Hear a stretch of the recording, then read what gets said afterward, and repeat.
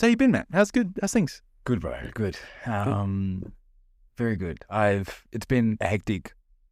I guess you'd probably call it 2 months. January was a bit quiet, but then come February and March, it's been pretty full on. So I was actually, looking forward to this today, just to sit down and chat. Yeah. They're always good. It's a moment of pause amongst all the chaos. Yeah. Yeah, man. Yeah. Yourself? Crazy. Yeah. No, it's I'm at that stage where I'm just bitten off more than I can chew and chewing like hell. So here we are. Yeah. I'm glad you started with that, because I came in here thinking I was going to ask you after recording, but we can ask you here. But do you ever feel like you won't be able to tell yourself when enough is enough? Yes. Good. That's a good question. This is actually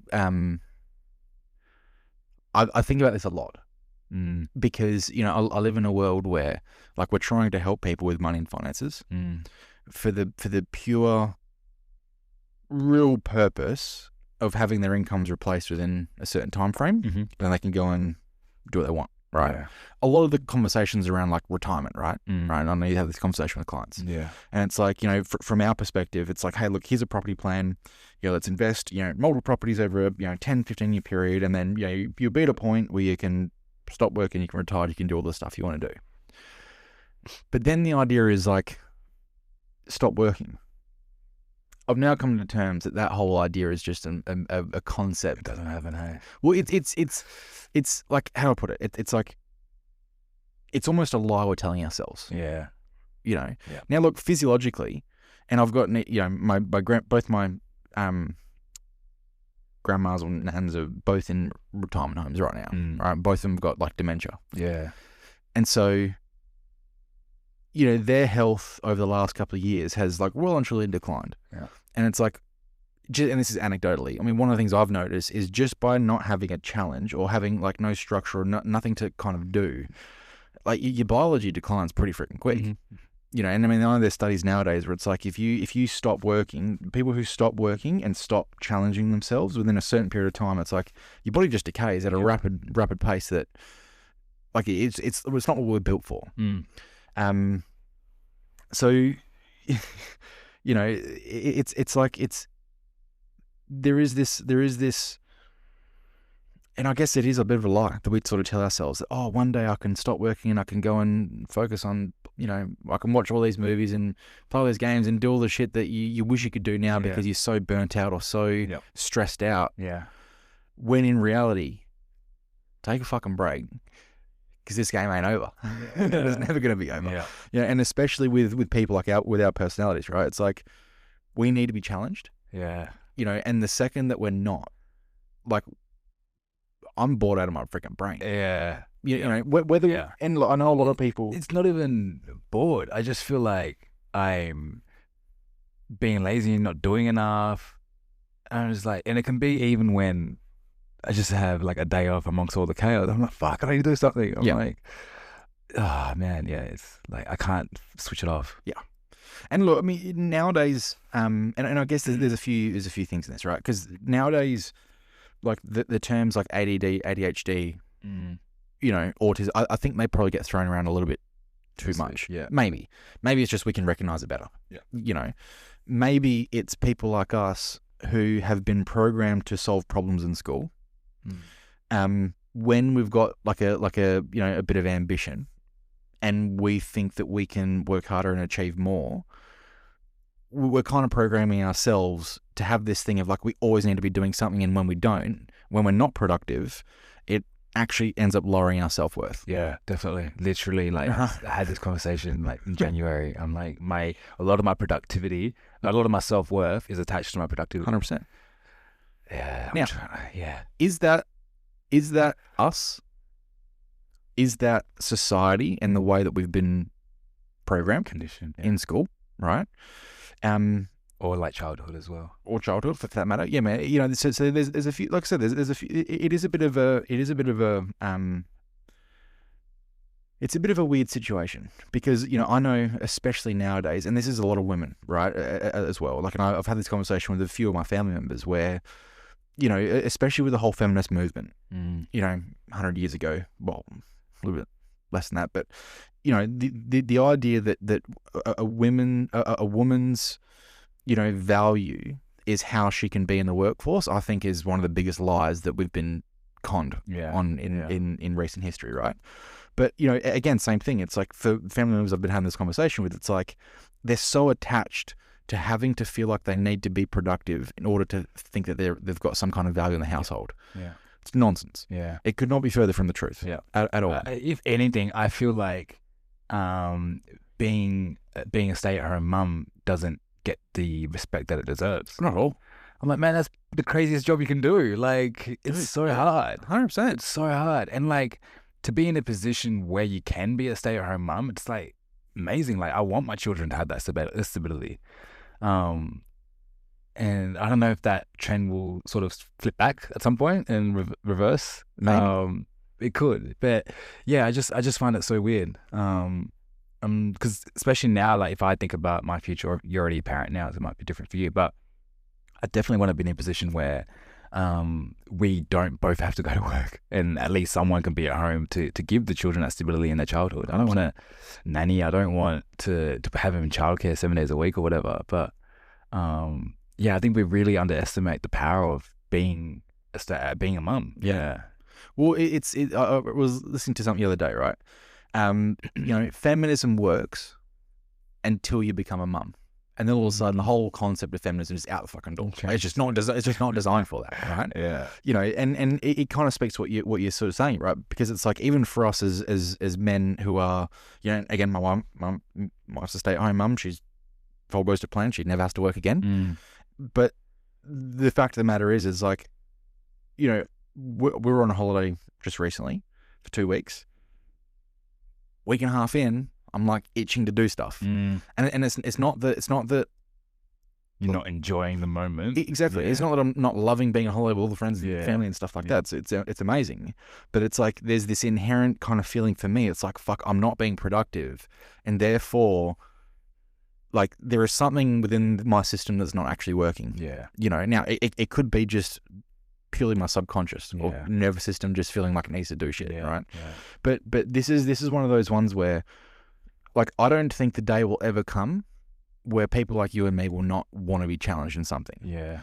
Now, that might look like sitting and playing fucking board games all day. Yeah. Because that's a way that we can play challenge and be strategic and still feel like we're, you know, it's almost like in the future, and this is hypothetical, of course, this is like us tricking our own systems in the future to make us feel like we are being productive or strategic or solving problems. Yeah. But I don't think, you know, because I've been hyper focused on my goals for the last, say, 10 years, right? Yeah. The closer I get, the more I realize I'm never going to be satisfied.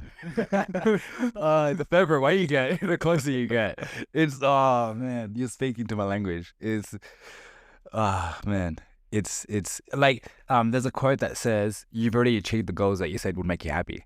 Right. And I'm here, I'm like, okay, cool. I'm living this life that I dreamt of, like in my early 20s, and like I'm doing more than what I ever thought I'd be doing.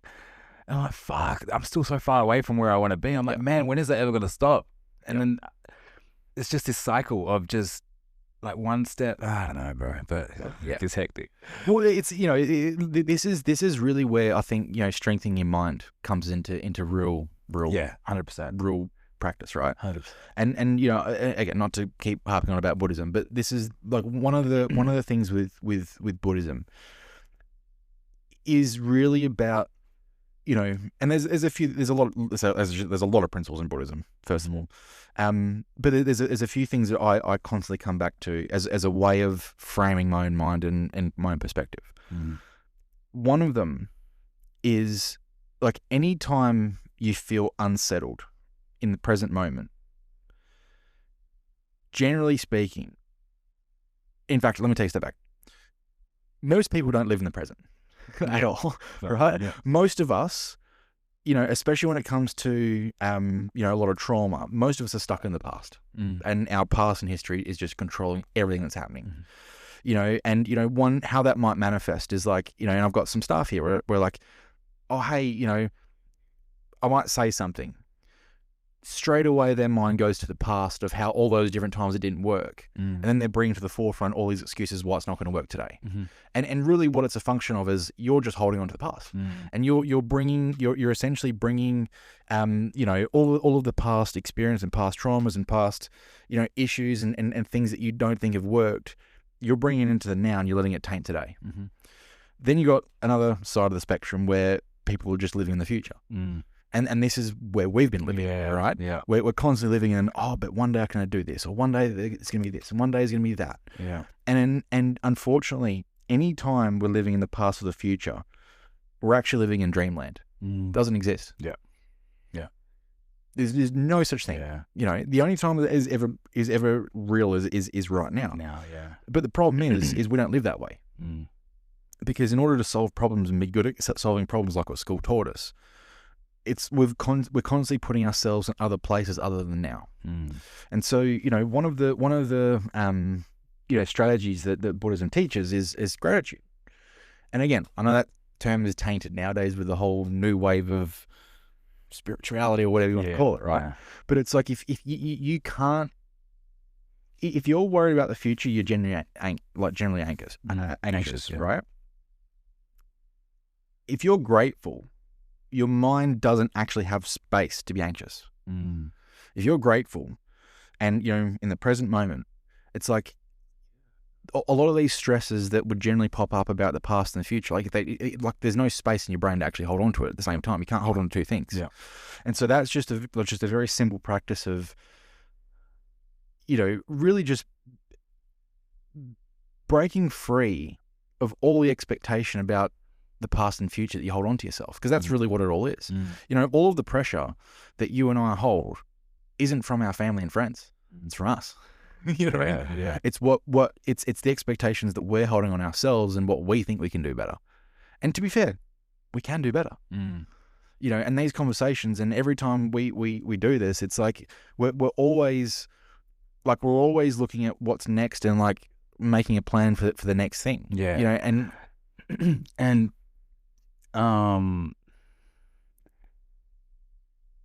so there's 2 points. I am, as part of like looking for, being this future oriented, wired person, I see the value in it because I want to be doing what I am doing today. It's like, okay, like it's actually benefited me, tenfold.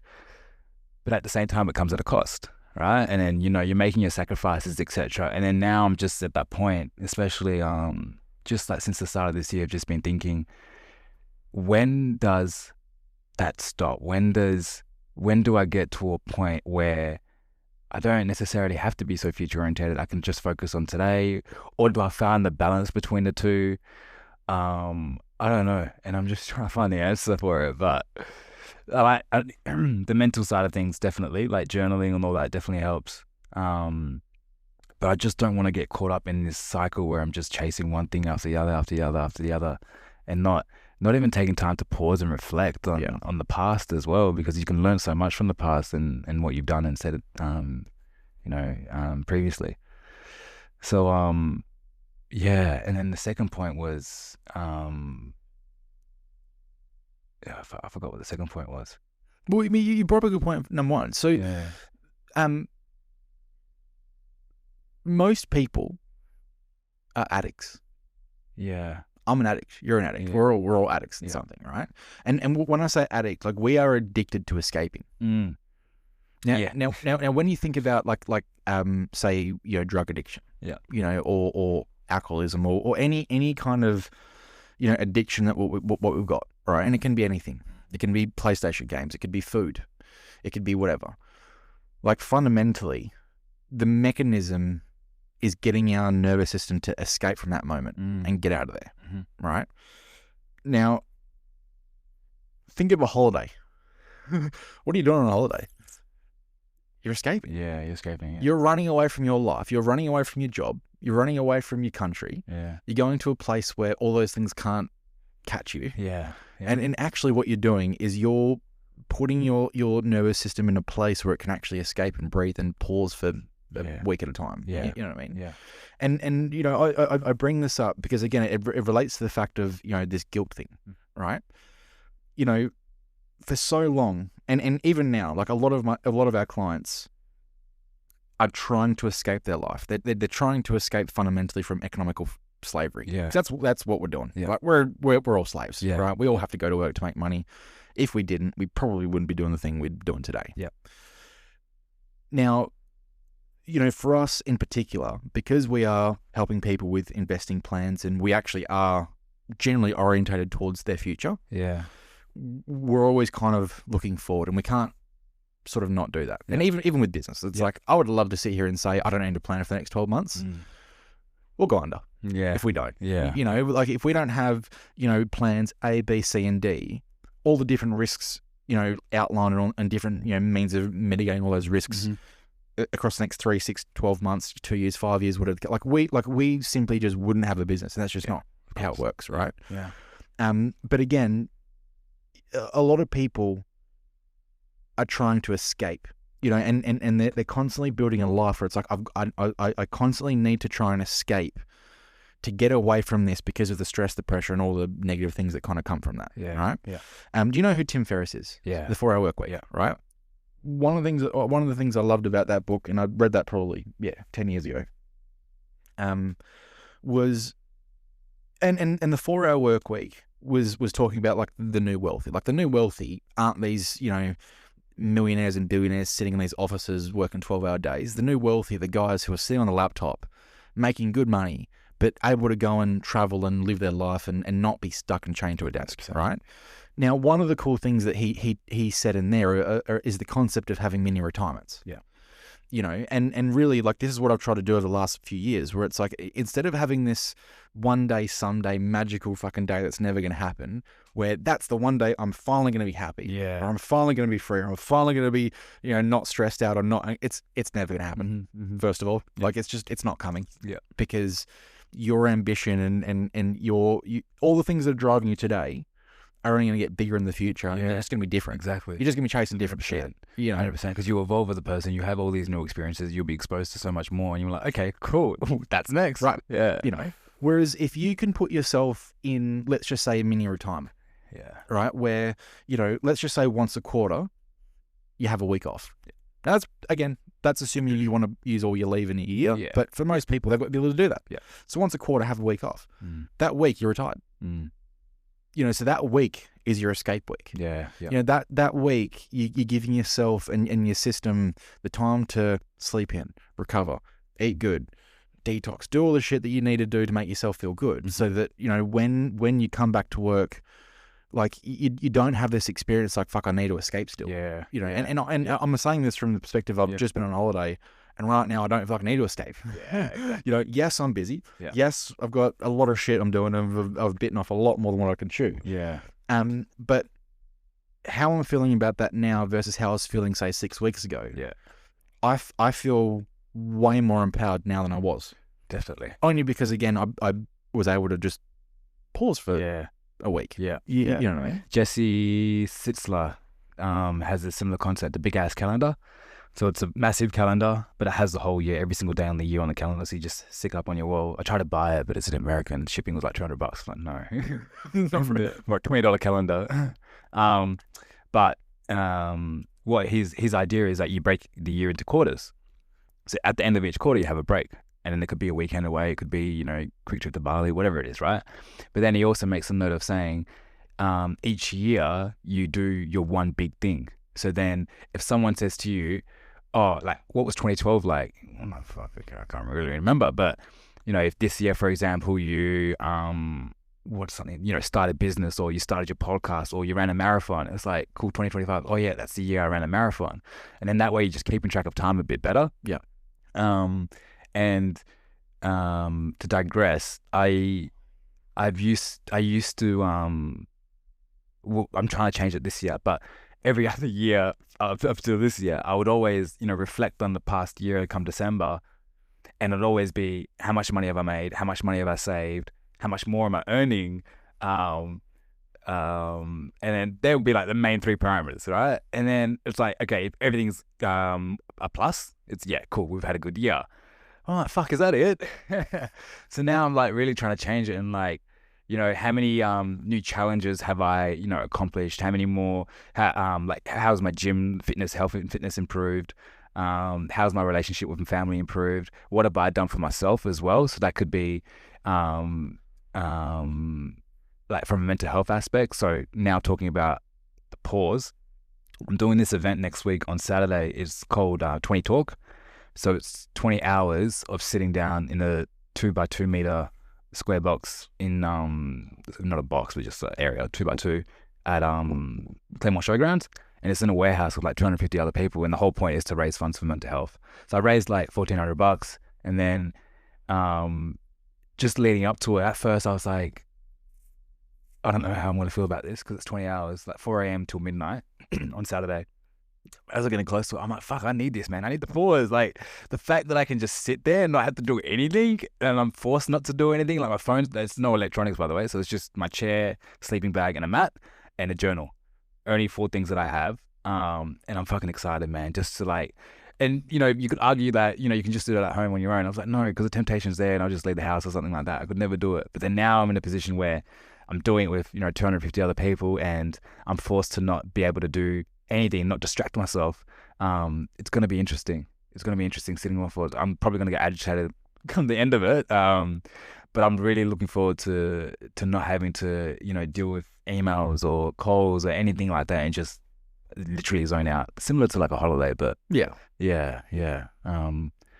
So yeah, I'll let you know how that goes. Yeah, we need them, man. We need days like that. You know, and obviously that's a really great cause, but you know, this is a day where you're almost looking after you and recalibrating you.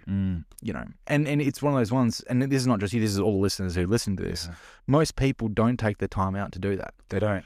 And you need it. 100%. You need it. You know, even like, think about the amount of decisions you're making on a daily basis. And not even just for your own life, but for other people's lives as well.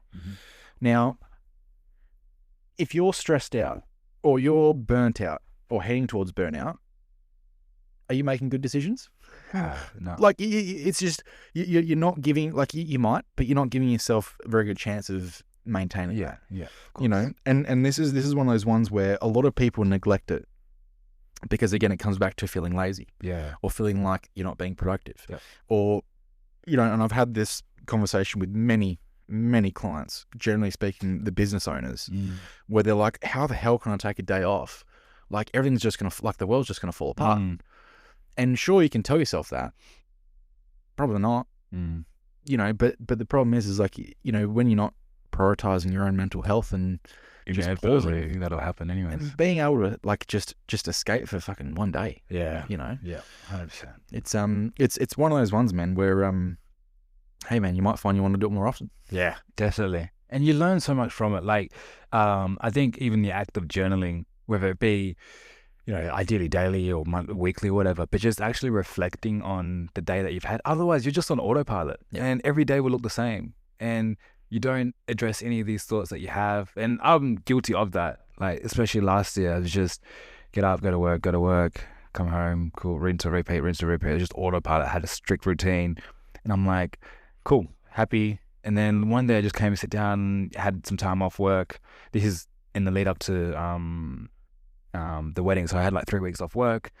And then I was like, just sitting there, I'm like, fuck, okay, I've got a lot in my mind. I was like, I should start writing. And I just kept writing. And then I realized, like, I actually need to take time away and reflect on what's been, and actually recognize my thoughts and feelings for what they are and why I feel this way, and actually try and work out, you know, what's causing that feeling. Otherwise, you're just on autopilot, and then eventually, you know, you might make a mistake, you know, incorrect decision. You could jeopardize your life or somebody else's as well. Yeah. Well, even just think about life satisfaction. You know, I mean, you're probably not going to be as satisfied and fulfilled at the end of the day. You know, and again, I always come back and look at my nans, right? Both in a home, both got dementia. What they've achieved in their life means fuck all now. Yeah. Nothing. Yeah. You know, I mean, let's just assume that both of them were millionaires. They weren't, but let's just assume they were. Yeah. Means nothing. Yeah. You know, now they're both in their 80s, so they've probably got another maybe 5-10 years left. So it's like, you know, between where we are now and say 80, all right, let's just say we've got 50 years, all right? that 50 years, if it is dominated by money, assuming that hopefully the money one day will make you happy, you're probably not going to leave this place winning. Yeah. Because it just ain't. Yeah. It just Yeah. ain't. Yeah. You know? And like you can tell by already just looking at your life and seeing how much you're making now and how much you were making 5 or 10 years ago, whatever. Are you really that much more happier? Like, you're probably more satisfied and comfortable, don't get me wrong, but are you happier on a day-to-day kind of thing? No, I'm still stressed and it's still working. It hasn't changed. And I still want, like, the goals are still to, you know, make more money in different ways or whatever. But there's this thing that I heard in a podcast where they say, you know, a lot of the people that experience wealth, given that we're talking about it, so like wealth and money and stuff, and they say money doesn't make you happy, and then they try and pass that lesson onto those that haven't experienced it yet. But then we turn around and say, well, it's easy for you to say, you know, you got all the money in the world, right? But then if you just like just reframe it for your life now, and I look back at like 7 years ago when I was making maybe a third of what I was making now, still like chasing the goals, still working every day, still hustling, and then now I'm making a lot more, still chasing the goals, still hustling, and I'm like, I don't know if my day-to-day, it's definitely more comfortable and I'm much more satisfied, of course, but like, am I happy? I don't know. It's not as if I'm sad, but it's just like, is it that fulfillment, the constant fulfillment? But I'm still chasing more fulfillment, so I'm not sure that. Yeah. Well, this is a good thing to navigate, man. Yeah. You know, and you know, I guess one part of this is the fact that we're actually kind of lucky that we're able to deal with this shit, because most people are in survival. You know, the idea of, you know, and I, again, this is just knowing and talking to some of our clients, right? Like, the idea of even considering happiness as a goal is a luxury, because they're just surviving. Yeah. And they're nothing above that. Yeah. You know, and that's what our parents did, right? 100% do. Yeah. You know, and look, I mean, don't get me wrong, like, especially parents who immigrate from other countries, you know, because again, like, they got to come here, they've got to adapt to this environment, and then they've got to work harder than everyone else around them in order to get somewhere. Yeah. You know what I mean? So it's even more difficult for some than others. But, you know, the way I view this, like, happiness, well, actually, let me ask a question. What do you think for you is the thing or the main things that makes you happy? I think it's the accomplishment of a goal. Right. Not the goal itself. Right. It's setting a challenge, and then, you know, let's say 5 years ago, like, for example, the one I always refer to now is I started our financial journey on Instagram before I was a financial planner, before I was in the industry. That was 2016 or something like that, right? So the purpose of that page was to drive financial literacy, right? I wanted that to be my brand and whatnot. And then eventually, you know, naturally attracted that role, became a financial planner, happy days. And when I started that page, I had no idea I'd be, you know, here now as an advisor 3 years later, and also like teaching at a university, teaching first-year students personal finance. And then I'm like, the achievement of that goal was like, fuck yeah, I did it. But then, like, as you continue to live it, you're like, yeah, cool, okay, what's next? Yeah. You know what I mean? Yeah. So maybe it's this mild or a small phase that you get to experience, and then it sort of subdues, right? And then you sort of have to reignite it again, and you're chasing that high again, right? And then that's the next goal. So now, you know, I've had other goals in terms of like where I want to live and stuff. And, you know, I set these goals when I was by no means in a position to be able to do that. But then if it gets to that point where I can, it's like this house, this suburb, whatever, it's just a detail in this dream that I had. The bigger goal was to be in a position to be able to do this. I think that's the biggest sense of achievement. Right. And I think that's where I get my happiness from. But the more I continue to just increase these goals and increase the distance between my goals and create more challenges for myself, I'm just constantly seeking that sense of happiness. Right. So I try to enjoy the process, but I think if I'm constantly in the pursuit, I don't know if I will be happy on a day-to-day basis kind of thing. Right. Yeah. And look, that might speak to the fact that maybe that's not actually what's making you happy. You know, I mean, the sense of achievement is really good for our egos. You know what I mean? Because it makes us feel like we're important, special, or and not to say that, you know, that's what you're necessarily feeling. Yeah. But if the idea of happiness is fleeting and then it leaves because you're sort of unsatisfied again, chances are it's probably not what's actually making you happy. Now, I guess a slightly different way to frame that question: why did you start our financial journey? Like, why did you start that page? To educate others. Right. Yeah. Okay. Why is that important? Because you realize there's a gap in people. It's a need that people deserve. I guess it's knowledge that people. It's knowledge that people deserve to be taught. Right. Yeah. Right. Now let's just say, and I'll give you two scenarios. Let's say, you know, you've started the page, our financial journey. It's a great page, by the way. And let's just say you get to a point where you get 1 million followers. Right. Now that could be just the metric you're using to say, hey, look, I've achieved, done. Right? That should make me happy. Or you've started the page and you've changed 1,000 people's lives and made 1,000 people's lives better from what you're doing. Out of those two, what makes you happy? 1,000 people. 100% do. Yeah. Every time. For sure. Every time. Yeah. And in fact, you know, when people are chasing the 1 million followers of the fucking Lamborghini or whatever it is, it might satisfy and keep you happy for couple of days, yeah, you know, then you just, because it's truly, it's not the thing that's fundamentally, you know, driving us as social creatures. Yeah. You know, now, you know, having said that,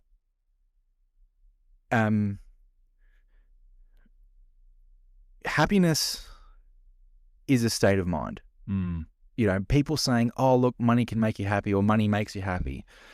It's like saying a hammer makes you happy. Yeah. It's a tool. Yeah. You know, I mean, you know, no reasonable person would look at any kind of tool or object and say, oh, this thing makes me happy. Like, it doesn't genuinely make you happy. You know, what I've found is the more I help others and the more of an impact I can make to others comes back to me feeling way more satisfied, way more fulfilled. 100%. And all it does is increase my chances that I'm going to be able to be happy. Yeah. You know, because it's a choice. Yeah. You ever have those client meetings where, you know, they get pretty deep and then the clients just leave, you know, like it's such a, like this raw emotion that they share with you where they're just grateful and not like the standard, okay, thank you, Corey. It's more like, oh man, like, thank you so much. Like, you've been such a great help. You've really helped like over the last couple of years. And then those days, man, I leave those meetings and I'm like, fuck, man, I love what we do. Yeah. I love what we do. 100%. And yeah, you definitely get that elated feeling. And yeah, that could be happiness. Yeah. Well, so you know, happiness is a choice, right? And again, I would, with my, I guess, naivety, I would say happiness isn't really about others. It's about our relationship to ourselves. Yeah, it's within, right? 100%. Yeah, 100%. Yeah. You know, and you know, because there are people who help a lot of people, but they're still not happy. Yeah. There's people out there who help no one, but they're really happy. You know, so it's more of a you know, a daily choice that you've got to sort of bring in. But like I said, the more your life is orientated around other people and impacts and benefits you can give to them, the better chance you're going to wake up and actually be able to be happy. Yeah. And embody it and actually, you know, not feel guilty not being anything. Yeah. You know. Yeah. And like, it comes to what you're saying before, right? It's like if you can wake up, let's just say you woke up on a Saturday morning, right? And you made the choice, you know, I've had a bloody tough week. I've done a lot of really cool stuff, helped a lot of people. Today, I choose to be happy. If you sit on your couch all day playing video games and eating Doritos and not being productive, like, those things can coexist. Yeah, they can. Yeah. You know, the idea of you being happy doesn't take away from if you're productive or not. Yeah. You know, the idea of you being happy doesn't take away from like any action you can take in your day. Yeah. You know, so it's one of those ones where, and again, it is a common thing that I hear a lot out there where people try and drum up money and wealth to, oh, it's just this chase of happiness, or it's this, egocentric, selfish thing that you're chasing to make yourself happy. And it's like, that's just not how this works. Far from it. It's far from it. It is just not how any of this works. But it's used as a really powerful cop out for the people who don't want to chase anything. Yeah, or the people that don't want to look within. Or don't look within, and they want to sit there and blame other people for their own misfortune. Yeah. Bill Gates, and look, I hate to talk about this guy because I'm not going to use the word, but he has a quote, and this is from many years ago. What was the quote now? Fuck. I've forgotten the quote. It'll come back to me. Yeah. But it's again, it's one of these things that, like, it fundamentally is a choice. Happiness. And even when it comes to being satisfied and fulfilled, it's like, in my experience, the only thing that really does that is just helping others. That's it. Yeah. Nothing else really gives you that feeling. Yeah. Nothing else really truly satisfies and fulfills our internal nervous system than the contribution we can make to someone else and making their life better. Yeah, or just society as a whole. Yeah. Society as a whole. Yeah. Now, however that looks to you is great. For some people, they love helping people by, putting their groceries in a bag at the checkout. Yeah. Some people it's about, helping with medicine. Some people it's about helping with money. Some people it doesn't matter. We've all got skills. We've all got our own strengths and weaknesses. The difference you can make, and the help you can provide to people is far greater than what you actually think. The amount of people, especially around money, because look, money. And I had this conversation on Saturday night, ironically, with a surgeon, because again, he's highly skilled at what he does, completely illiterate when it comes to money and how the mechanics of money works. Usually the way with doctors and surgeons. Usually the way, And look, to be fair, like, a lot of them, and there's an argument they don't really need to be good with money because they just make a shitload and can just do whatever they want. Yeah. And if you want to spend the 12 to 15 years of education to get to that, all power to you. Yeah. But, the way I sort of put it to him, it's like, there are very set fundamental laws of money that haven't changed since money was invented or created to trade. And it's simply a case of the wealthy know what the rules of the game are and they're playing it exactly how it's designed. The poor don't even realize there's a game, let alone how to play it by the rules, right? And so, even just with this one little distinction, and when I spoke about, assets over income and, the mechanics of inflation and all these different little things, it's like you could see there was a point where it's like, holy shit, this makes so much freaking sense.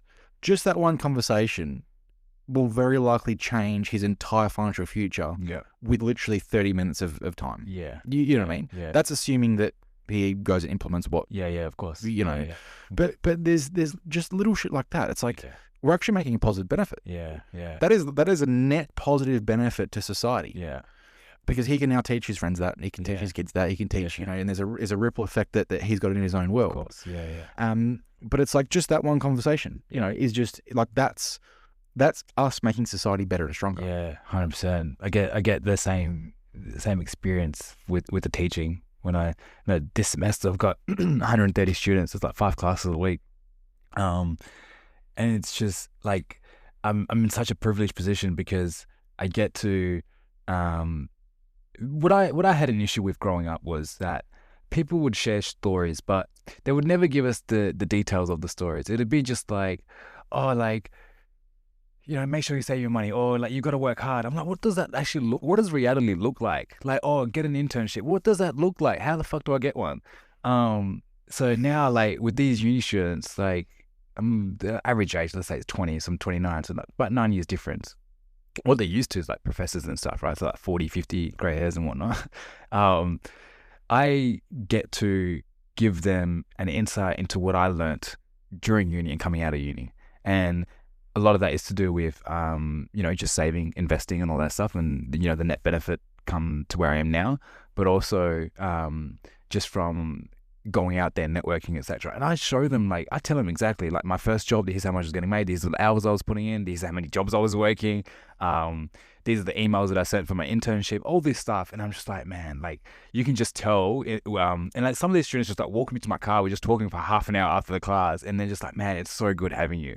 I'm just like, fuck, I've genuinely, like, gave him a positive, probably one of the best, or I'll humbly say one of the best experiences he's had, like, throughout his degree. It's just like he's been able to relate to a tutor that's teaching him, and like, I haven't held back. I've just been as transparent as possible, because transparency helps so much. Yeah. But yeah, I'm glad you said. I never thought of it that way. It's like 130 students. If they just tell one friend, that's 260 people. It's crazy. Then the spider web. Yeah. And it compounds. Yeah. 100%. And it gets bigger. Yeah. And you know, ironically, we're obviously on a property podcast right now, and to be fair, we're saying the same shit we always say. You know, and the point is like, sometimes the message needs to come out over and over again for it to actually land. And then, you know, if your student hears the same, like, let's just say there's one concept, right? And that one concept is about, say, good debt versus bad debt. You know, good debt is debt you're using to leverage to make more money. Yeah. Bad debt is debt that's making you broke for shit that is not making you money, right? Tax deductible, non-tax deductible. I've just said words, right? Now, you might have 130 students who've just heard exactly what I've said. 40 of them might get it. Yeah. You know, 90 of them have no freaking idea what I just said. Exactly. Right? Yeah. After you've said it for the 8th week in a row, they're now telling their friends the difference between good debt and bad debt. You know what I mean? Definitely. And so you know, there is a bit of a method to the madness in the way that we need to sort of present this information. And fundamentally, it's like, you know, you and I, really, when it comes down to it, we're conduits of wealth. All we are people who can see the mechanics and know the mechanics, and are trying to get this message out to as many people as we can to share it. So all we are is a conduit of abundance. We are simply, you know, we are simply, you know, doing God's work when it comes to money for the planet. You know what I mean? And so, you know, like, that help is extraordinary. We're all ruled by money. This entire society is ruled by money, whether you like it or not. We can disagree with that. We can sit here and resist that fact. You know, there are people who do.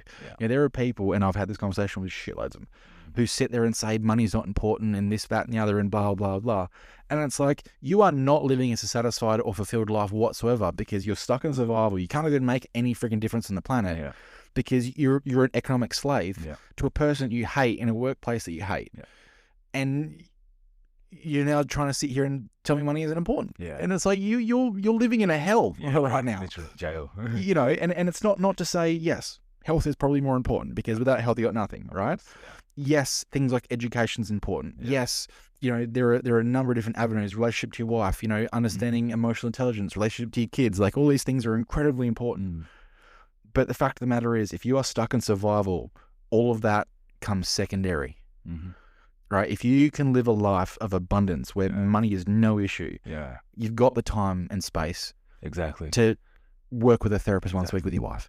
Or you've got the time to go and fucking get education and do all the stuff you want to do. It's just options. 100%. I like what you said there, especially with the time. Because if you are in survival, you know, you're working most days of the week. You might be working 2 jobs. You don't have time to take time off. You don't have time to serve your relationship, your kids, etc. And then if you now are in a position where you can get a head start, it's like, why wouldn't you take it? So then you can do your future self a favor. And, you know, and taking the time to get, I wouldn't say help, but like to work with people, to work with other people, it costs money as well, and, you know, money and also time. So you're buying yourself options, you're buying yourself time. It's interesting. Life's interesting, bro. It's very it is. It's very complex, dude. It's magical, man. This shit is magic. You know, I mean, look, even just the chances of us being here doing this, you know, not even the chances of us biologically from our parents, but even just the fact that, we're intelligent beings on this rock flying around a giant gas ball, Yeah. in this little slither of time that humans have been around. Yeah. Able to make the difference we're able to make and live the way that we're able to live. It's actually freaking incredible. Yeah. You can always compare your life to someone. There'll always be someone that's worse off than what you are if you think you are worse off, and that's something I try and remind myself of. It's like, man, I've got it so good in comparison to some of the client stories I hear. I'm just like, fuck, like I leave at that meeting, I'm like, man, my life is so blessed right now. Yeah. Like, you know what I mean? So sometimes you sort of just have to pause and appreciate where you're at and the life you're living, because we got to put it in perspective sometimes, because a lot of people have it worse off. Always. And it's not even about, material either. I mean, I know multiple people who had the same start as me. And I'm talking like same schools, similar family dynamics, similar opportunities and options. Yeah. And yet they're paralyzed to do anything about their situation because they've been conditioned to believe they can't.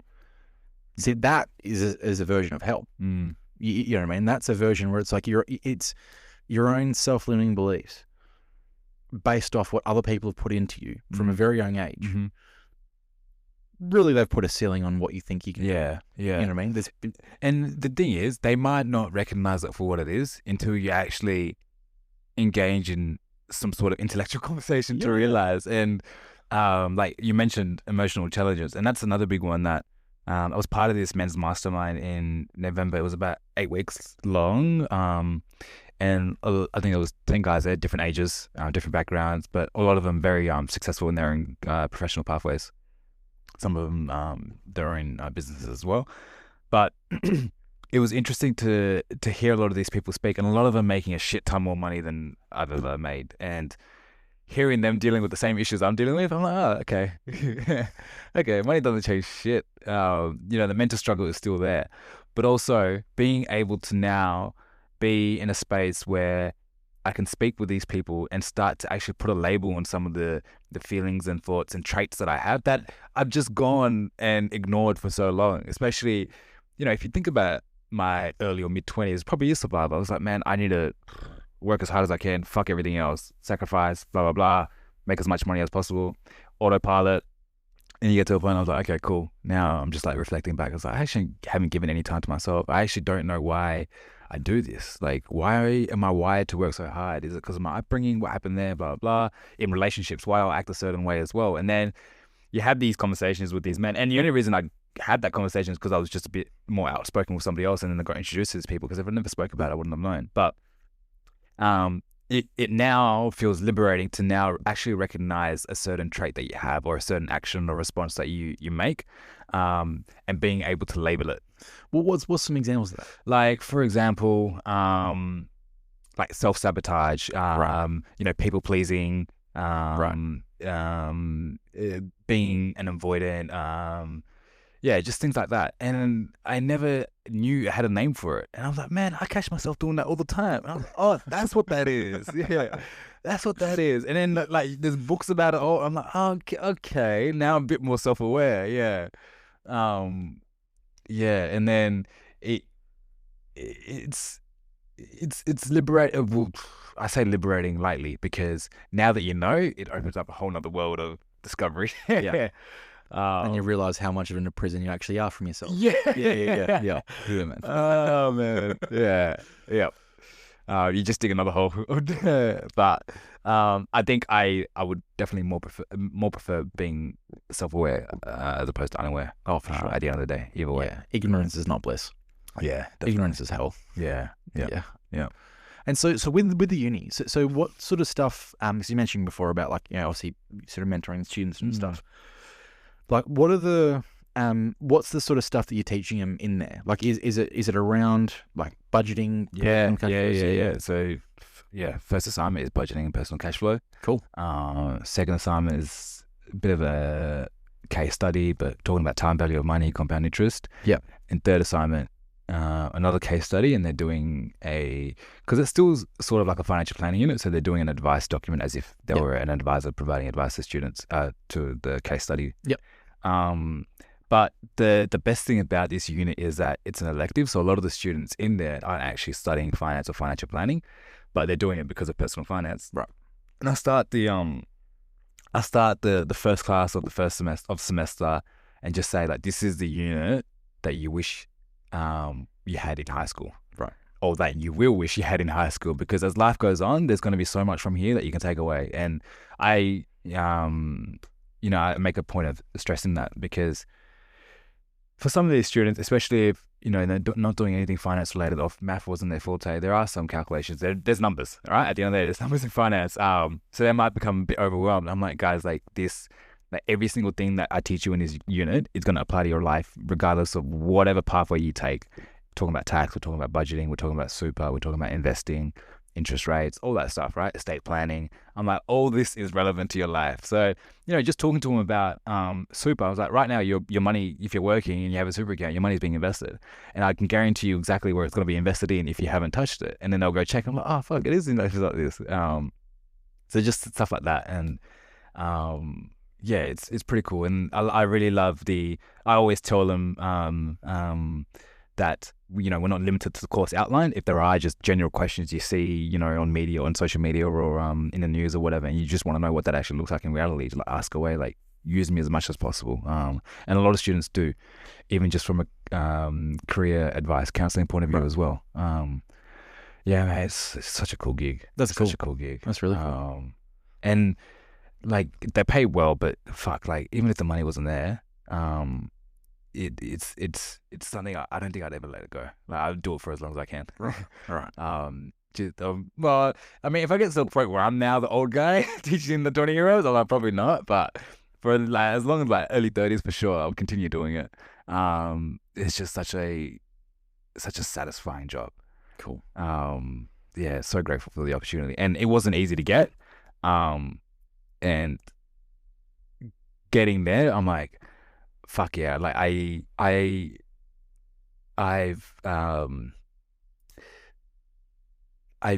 built myself in a way to be able to access these sort of opportunities. Yeah. And I've made mistakes in the past where I've missed out on certain opportunities, but I've learned from them, and then now it's landing me here. If that makes sense. Yeah. This is actually a very, very good point. See, one of the problems nowadays with the world, and this is just obviously social media and the media and socially where we've come. Most people nowadays, in my experience, get rewarded for victimhood. So whether it's some kind of social credit for having trauma or being, whatever, right? And, a part of that is this kind of narrative that, there aren't opportunities out there, or certain people have better opportunities than what I would have, or, they might have a thing of there's no opportunities, here. Anyone who thinks they can make opportunities out of nothing, they're just, it's like that. It's kind of like a cop out. Yeah. So what other things that you've done to increase your chances of opportunity? Saying yes to everything. Right. Okay, that's interesting. That was nowadays probably not. Just because I'm fucking too busy. Yeah. I'm learning to say no now. Yeah. But in the past, it was saying yes to everything, especially when there was backstory. There was a time when I switched from engineering to economics and finance. I was like, I'm going to do this degree properly. I'm going to try and get an internship. I'm going to try and get involved in all the extracurricular stuff, because that's where a lot of the value is outside of the degree. So I sent out fucking 60 or 70 emails, and I still have the email to this day in my inbox. I sent out 60. I just went on Facebook, typed in finance, any finance page, business that popped up, sent him an email. Just like, looking for work. Cool. Not one got back to me. Then after that, I did another 10, and then 2 got back to me. One said, appreciate you reaching out and your ambition, but unfortunately we can't, but all the best. And another one said, can you come in for a chat? I was like, fuck yeah, okay, cool. Went in for a chat, boom, best year and a half of my life.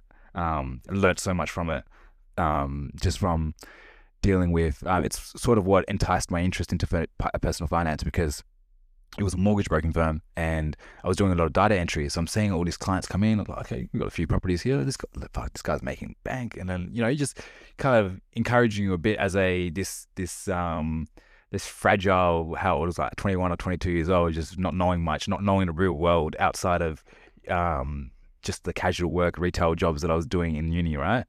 And then after that, I was like, after I finished that working experience, it was like a year and a half. I was like, okay, probably done what I need to do now.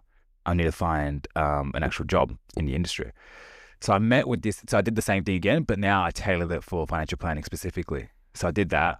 And then one guy reached out, and he's still in the industry now. I haven't spoken to him since, but emailed him. He reached out. I was like, cool, can you catch up? I was like, yeah, sweet. No worries, I'll catch up. Had a beer, and we spoke for like I won't say where it's from, but we spoke for like about an hour and a half. And then he was like, okay, cool. We've got this workshop that we're doing in our office after hours next Tuesday or whatever. Just pop by if you're free or if you're interested. I was like, yeah, cool, no worries. Didn't go. And then he had a job opportunity pop up a month later for an admin job. And I found it, reached out to him directly. I was like, oh, like, hope you remember catching up, blah, blah. I'm interested. I'd be interested in this job if you're still looking. And he'd be like, oh yeah, like, I recall meeting with you, but then I also invited you to our office, but then you didn't show up. Like, you didn't either say you were coming or not. You didn't say anything. So it was just sort of not a test, but it was an inclination of what your interest was like. And after that, I was like, fuck, why didn't I go? Or why didn't I at least message him before that and just take that opportunity for what it was? And obviously, mentally, I probably wasn't wired that way. I was just more of like, man, it's a Tuesday afternoon, 5 p.m. Like, man, I'm not going. I probably had work or something like that. Anyways, so since then, I was like, man, any door I can get into, I would just say yes, yes, yes, and just work it out after that. So even the curtain position now, the only way I got it was because so they invited me for a presentation just as an alumni to come back and speak to the next cohort that are coming in. Not paid or anything, just volunteering my time. I was like, yeah, cool, no worries, I'll come. Had a chat to like 30 students, and then met the unit coordinator for a coffee after. And I was just saying, oh, so how do you get a like job at Curtin, whatever? And she's like, oh, usually we very rarely hire, but if you are interested, it's just expression of interest, and then we'll note your name down if the opportunity ever pops up. Come February the following year, I was in Bali, and I got an email for her. I was like, hey, we've just had someone drop out last minute. Would you be keen? But it's a unit that completely irrelevant to what I studied. And then I was like, either I turn this down now, or I just say yes, make the most of it, and just see what comes out of it. Said yes, did that unit. It was a traumatizing. It was a difficult experience. I was sweating in front of the class. Let's just say that. And then after that experience, I was like, yep, that was like, it was great connecting with the students and being able to connect with the students, but I don't think I could do that again. And then, but I was like, but what I would do is this personal finance unit here, if you're keen. I'm like, yeah, if you want to do that, you can just pick and choose whatever you want now. Now that you're in the pool and you're effectively still hired under curtain, you can just pick whichever unit you want to study. We just have to let the unit coordinator of that unit know. I was like, oh, okay, I want to do personal finance. He's like, yeah, cool, no worries. I'm like, oh my God, this is the best thing ever. But then like, if I didn't, taught that class for a week and then bailed, I wouldn't have got it. Or if I just bailed completely after completing that unit and then not even telling him what my interests were, just said, nah, cool, see you guys later. Or not even catching up with the unit coordinator for a coffee after, you know what I mean? Just all these small little events that sort of compounded together to lead me here. And it's just like, if I got one thing wrong, then nah. So now I'm just like, just any opportunity that comes my way, just accept it for what it is. And there could be another meaning behind it, for example. But nowadays, pretty just, I don't need any more things on my plate. Yeah. Well, I mean, it's you've brought really good points, man. And I think there is an element of, and I actually did remember that Bill Gates quote because it relates exactly to what you're saying, by the way. His quote was, no one, and I'm paraphrasing here, right? But no one really has a choice if they came into the world rich or poor. Mm. But when you leave the earth, it is your choice.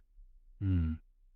So what he's talking about is the fact that, if you're poor or wealthy by the end of your life, that's your choice. Mm. And, fundamentally, we all have the ability to make money.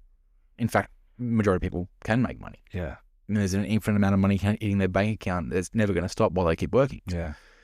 And when it comes to opportunities, They are everywhere. Most people just can't see them. You know what I mean? And so having a strategy like that, where it's like if you just play the game where you just say yes to everything, you'd be pretty surprised at what opportunities actually do pop up. Yeah. Or if you're just even conscious of what you're trying to attract as well. Right. So like, fuck man, last week, crazy shit. So I messaged my friend, and then like with the cleaning business and stuff, like, I'm still doing like 70% of the work. I was like, man, fuck this. I'm gonna fucking get a team. I'm gonna have the best team ever, and then that's gonna be my happiness. Like being able to create a business where I've just got people that look after it, and I'm managing them, and I want to prove everyone right that said you can't have staff and whatnot. The next week, I bump into the cleaner at the Finwest complex where we are. And it's like, who cleans the Finwest office? I was like, I have a cleaning business. It's like, man, we're looking for more work. And I was like, what else can you do? And it's like, yeah, I can do weekends, whatever. I was like, oh, man. I was like, last week I was just talking about hiring cleaners, and now I've got this experienced cleaner here. I was like, perfect. Yes. So yeah, it's just like, if you put it out there, they just come in different ways, and you just have to not block it. Just take it in. Yeah, well, I mean, look, self-sabotaging is a big problem for a lot of people. I see it daily. You know, and this is from clients or team members or even family. You know, I see family do this shit. Whether you consider yourself not good enough for it, that's not really a narrative that serves you, but people decline because they think they're not good enough. Yeah, like imposter syndrome or right. something like that. Or they think they're going to fail. Yeah. Or it's like, I don't want to do that because, you know, I don't want to go to my friends and family in 3 months' time saying I failed at doing that. Like that is the best way of killing dreams. Like that'll kill more dreams than bankruptcy. Yeah. You know, and that probably kills more dreams on the planet today than anything else. Is just this inadequacy of yourself, thinking that you're just not good. But at the end of the day, like, you know, one of the cool things that I love about the human species is when you push yourself to achieve shit that you don't think is possible, like there is a magic of what people can actually do when really pushed. You know, and this is a very inappropriate example, but you know, they always talk about like drug dealers when they don't have any more drugs. They find drugs. They are so fucking resourceful when they need to be. Yeah. When push comes to shove and things get really desperate. Yeah. Right. But like we've all got that capacity inside of us. It's just that rarely do we tap into it. Yeah. Or rarely do we allow ourselves to tap into it. Yeah. You know, but it's everywhere, dude. You know, I'm a great example. You're a great example of this shit. Yeah. It's like you almost have to create your own opportunities. Yeah. 100%. You know, and even if you don't think this is the right opportunity now, it's like that could open other doors. Yeah. Like exactly. Uni, you know. Yeah. I mean, look, I you know, growing up, I never intended to work in investing. Now, when I was a kid, I didn't think, one day I'm going to be a property investment advisor and I'm going to do this and do it. It's like, that was never on the cards. Yeah. It was, you know, I always wanted to be either in Navy, defense, intelligence, some kind of, you know, one of those kind of positions. I was never considered this to be it. But again, it was just a simple opportunity that turned into a different opportunity, that turned into something different. Yeah. And then all of a sudden it's like, holy shit, I'm here living a way better life than I ever thought was even possible because I allowed myself to take those opportunities and just explore it. Yeah. If I fail, who gives a shit? Exactly. 100 years' time, no one's going to give a fuck. Exactly. You know, 200 years' time, no one's going to even remember my name, let alone that thing I failed at when I was 21, 22. It's like, it's irrelevant. It's so irrelevant, it's not even funny. Yeah. Yeah. I like that. It's the compounding effect as well, because you establish like the first barrier, for example. Let's say if starting a business, right? You start a business. If it's your first business, that's probably the hardest barrier, right? It's like, fuck, okay, you start this business. How do I start this business? Sit on it for like 6 months or whatever. Cool, you start the business, and now you're talking about you know, finding clients, and then after that, the next barrier might be staff or marketing, whatever, right? The first business, that first barrier is going to be the hardest thing. But your next business idea, you like start a business, cool, yep, done overnight. And then the next barrier might be the clients or something like that. But the previous lesson, it reinstates confidence in you, like it clears any doubt that you have, Mm-hmm. right? So you're just using lessons from the previous obstacles that you've established or overcome, and then applying that to the next level. So you're an even bigger beast when you're approaching the fifth business, right? So yeah, and it's the same thing that goes. Like, you know, you had a certain mind frame going into the Navy and whatnot, and you learned all those lessons and the discipline and whatnot there, and then now you're applying it to like in the business realm, and you know, and then all the other opportunities that happen in between that as well, where it be like relationships buildings, or it's like, even, you know, if you don't talk about like personal relationships as well, like, you know, you might have a few girlfriends in the past, but you learn from each one, and you're like, okay, well, this next one is going to be even better, and eventually you find the one that's like, this is the best. 100%. Yeah. But I definitely think you can create your own opportunities for sure. And we know, just from, you know, if we did think about ourselves now, like if I lost my job today, like we just know so many people have so many resources that it doesn't concern me at all. So you can just leverage off the people in your network. If you have any ideas, I'm sure there's people out there that can, you know, reach out and help. You can test your ideas with other people and stuff like that. Because at the end of the day, if someone said like, you know, life or death, you need to make an extra 10 or 20,000 this year, it's like, yeah, cool, yeah, no sweat, like you'd be able to do it. But you don't have that urge within you. But then come the end of the year, you're like, oh man, it's been such a slow year, I haven't made much money, we're still struggling with cash flow. It was like, well, have you done something about it? What have you tried? Oh, I tried one thing. I was like, Alex Hormozy says this thing, count in reps of 100. It's like, doesn't mean shit unless you've done it 100 times. And it's facts. Like, how do you justify trying hard enough? Like, is it 10 times, 20 times? I'm thinking 100 might be excessive, might not be, but it's just to give you a bit of perspective in that, you know, like, let's say you start a business and you're trying to find a new clients, but you can't get any clients, but you've only sent out like 5 flyers. It's like, we'll send out 100 and see what happens there. You know what I mean? Like, no, man, 100%. Yeah. And look, that shit works. You know, it's, you know, the people give up real quick and real easy. Yeah, but like you said, you know, if there was, I say this to my trainees when they first start, right? Like, learning the process and scripts and learning that this job is very difficult, and it can take you 6 months if you want to take 6 months. If there was a meteor heading towards Earth that's going to kill everybody on the planet, if you don't learn this by the weekend, you'll learn it by the weekend. Yeah, 100%. People do fucking magical shit. Yeah. You know, 100%. and they can make it work. Yeah. And if people and even if you don't think you can because you're working FIFO or working, you know, stupid hours working for someone else, if you don't think you can raise your income by 20 grand, you're correct. If you think you can, you're correct. Yeah. It's as simple as that. Yeah.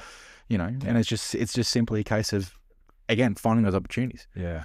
How many jobs do you have right now? Well, sorry, when I say jobs, I don't mean jobs in particular, but like, how many different things are you doing right now, from a career perspective? So obviously Finwest, Financial planner. yeah, the cleaning business, the commercial cleaning business, and then the teaching at Curtin. Teaching. We had the events business, but I've sort of outgrown that at this point. Right. Played its part in our 20s. Yep. Heading into 30s now, it's probably something that doesn't align with me as Right. much, so parting ways with it. Off the record. Fair enough. But Slash on the record. Yeah. on a record. But I mean, look, it's just like there's 4 things. Yeah. Right. Now, understand you don't have family and kids, but you know, I mean, you're an example of someone who's doing 4 different things at one time to improve your situation. Now, doesn't really matter what you're doing for work. Majority of people have the capacity to do more than one thing. Now, I'm not suggesting that's the solution or that's an answer, right? All I'm trying to say here is you've created 3 extra opportunities outside of the norm. Yeah. For yourself. Yeah. That invariably is putting you in a better position for the long term, let alone short term. Because obviously you're making more money now than you would if you're doing one, right? Of course. Anyone can do this shit. Yeah, definitely. Sure, many people have certain barriers, some higher than others. Majority of people listening to this can do more than one. Yeah. If they wanted to. If they had the hunger and the drive and the ambition and all the different things that comes with it, right? Yeah. But it's you know, like, you create the opportunities in your world. Yeah, 100%. That didn't come from somewhere else. No. And even just like without going into too much detail, even the ones that I have now, like it hasn't been easy. Like, you know, it might sound on paper like, oh, cool, like you're doing 3 different things and like they've just fell in your lap. It's been a struggle. It's been a struggle, and there's been times that even one of them could have dropped off. But I think if you've got a vision in mind, then it's never smooth sailing. It's like investing, right? It goes up and down, up and down, up and down, but the general trend is upwards. So yeah, similar journey with those 3, and there'll come a time I'll probably need to consolidate. You know, obviously I'll speak. Yeah, like you mentioned, I don't have a single and no kids. Yeah, I'm sure most people were at that point at some point. But I'm just trying to make the most of that. And at some point, I'll need to allow for new things to enter into my life, and I'll need to let go of some of those. But of course, if up until that moment I can be, I can, you know, close that chapter knowing that I gave it my all, then I'll be at peace with that. Yeah. And inevitably, it's putting me in a better position as well. And I think one of the best things that I did, and I tell all my students this, but the income generated from the teaching at Curtin, I knew, despite being a financial planner, that if that money hit my bank account, somehow, some way, not all of it would get saved. Not that I need it, because, you know, at the end of the day, if Finways pays me an income, that's, you know, covers most of my, if not all, my living expenses, right? So then I was like, okay, what can I do with this to make sure that I don't spend a single dime? I was like, you know what? My investment account, I'll just put the BSB account details on the payment form for my investment account. So since the very first day I started there, for the last 3 years, or 2.5 years now, every single payment that I've got fortnightly has just been deposited into my investment account. I haven't touched a single cent. I've never seen it. Hell yeah. Every now and then I check the pay slips, but I've never actually seen the money. And it's doing certain things like that, because in my head, when I took on that opportunity, it was like, this is going to take so much more time. I'm already busy as it is. How do I make sure that I don't waste this opportunity from a, you know, financial return perspective as well? And it was more so, okay, I can just confidently say that I've saved every single cent from this job just by having it in a different account. You're redirecting them where the money goes to. And, you know, down the track, look back at it and be grateful for it. But it's a simple strategy that most people would overlook and then rely on willpower. Simple strategy. And it's worked. Yeah, definitely. Super powerfully. Now imagine, just pay yourself first, isn't it? Yeah. Right. Yeah, but it's like the trick with a lot of this shit, and you know this, right? It's the more autopilot you can use, the better. The more systems you use, the better. Yeah.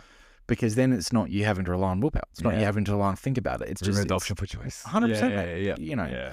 And when you do that, like and like again, it comes to happiness, right? Imagine this, and imagine, you know, your overall satisfaction.